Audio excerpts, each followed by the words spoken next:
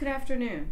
My name is Christine Toro Shields, and I'm a licensed clinical social worker and co-owner of Kenosis Counseling Center. This is the last day of May, and this is an opportunity to round out Mental Health Month. And so on behalf of St. Barnabas Catholic Church and Seeds of Faith, I bring you these mental health moments. And so as we round out Mental Health Month, I want to just bring you some closing thoughts in order to propel you forward just for good mental health always, today and always. Many of you may have seen in the news or on social media, there are what's termed the 4 M's of mental health. Dr. Sue Varma had spoken about them. And they are mindfulness, movement, mastery, and meaningful engagement. And I'm going to talk a little bit about those today, but I'm also going to add a 5th one, which is meditation. So as we go back to mindfulness, and I've spoken about this before, it is really just the opportunity to allow yourself to stay present-centered. Mindful of your senses. What do you smell? What do you see? What do you physically feel? If you walk outside, do you feel that warm sun on your skin? Or taking a deep breath and smell the coffee?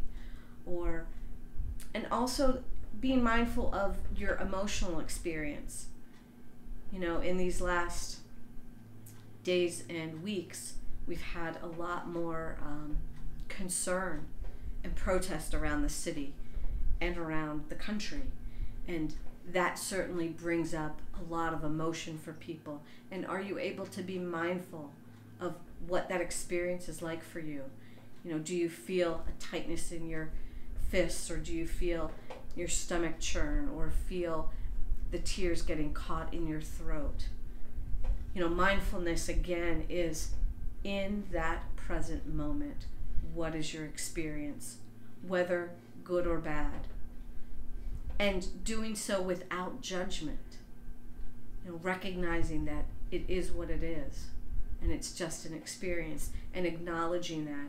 And again, good mental health really requires that we pay attention, not just to what we're thinking, but also to what we're physically feeling and what we're emotionally experiencing.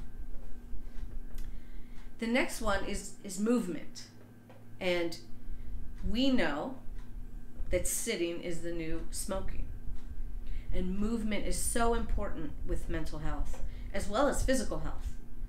And it allows us the opportunity to move our muscles, not to get so constricted or rigid or inflexible. It gives us a way to expand ourselves. We recommend that people move at least once an hour. My job consists of me sitting hour after hour after hour with clients. But I always make a point of getting up, walking down the hall, doing some stretches, shaking, and we have the opportunity these days, because there's been so much,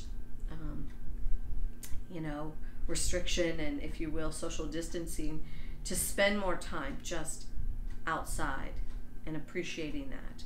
I find more people are taking walks, more people are bicycling, more people are hiking.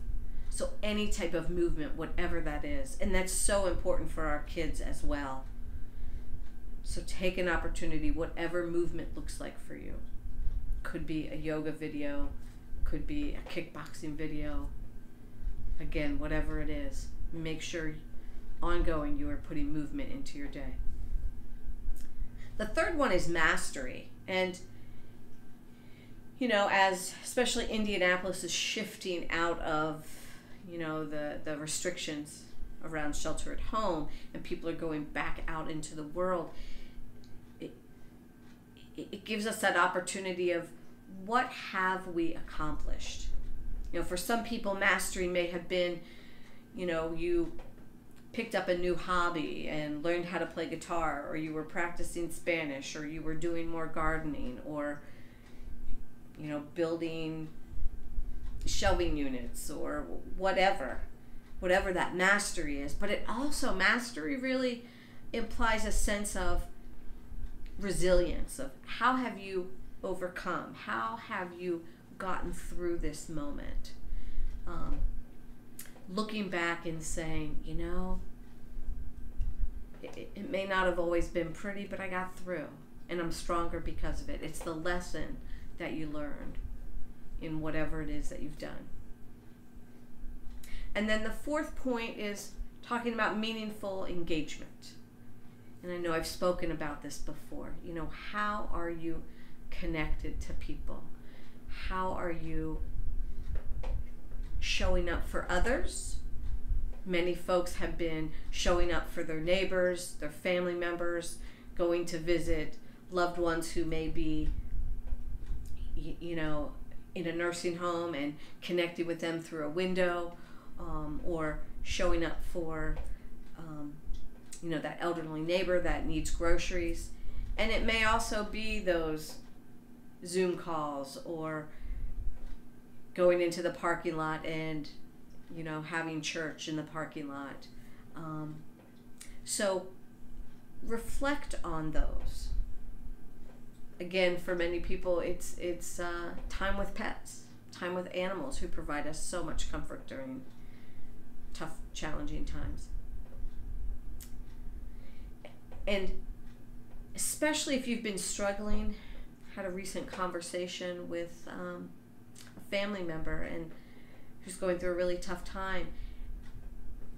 And what I reminded her is that at times when you're struggling, it may be that other people are carrying you. At times when you feel like, I can't get through this, it's then that someone is carrying you. Certainly many of us know the poem and the prayer, Footprints in the Sand. And so also that meaningful connection with our faith, which leads me to the last one, which is meditation.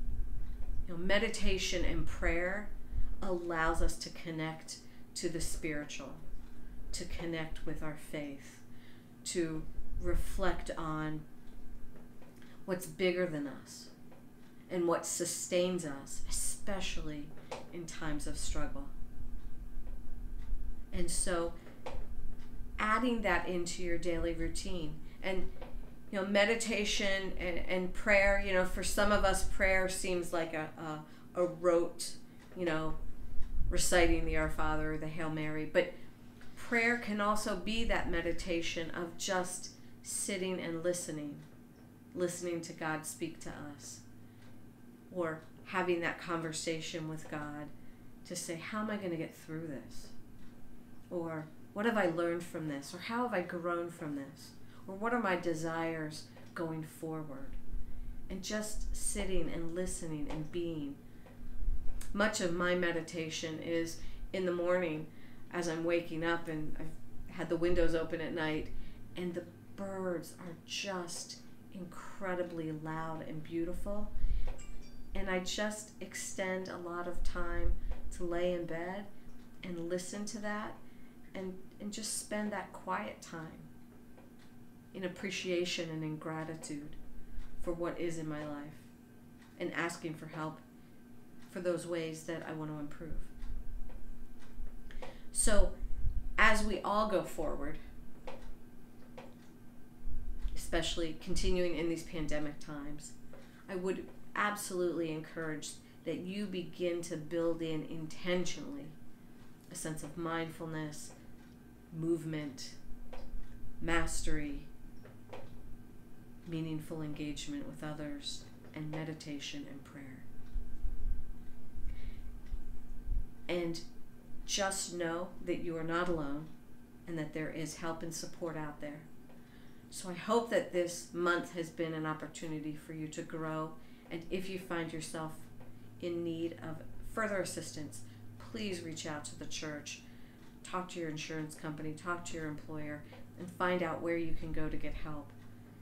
Again, one of the biggest blessings during these times has been that we now all are talking about mental health.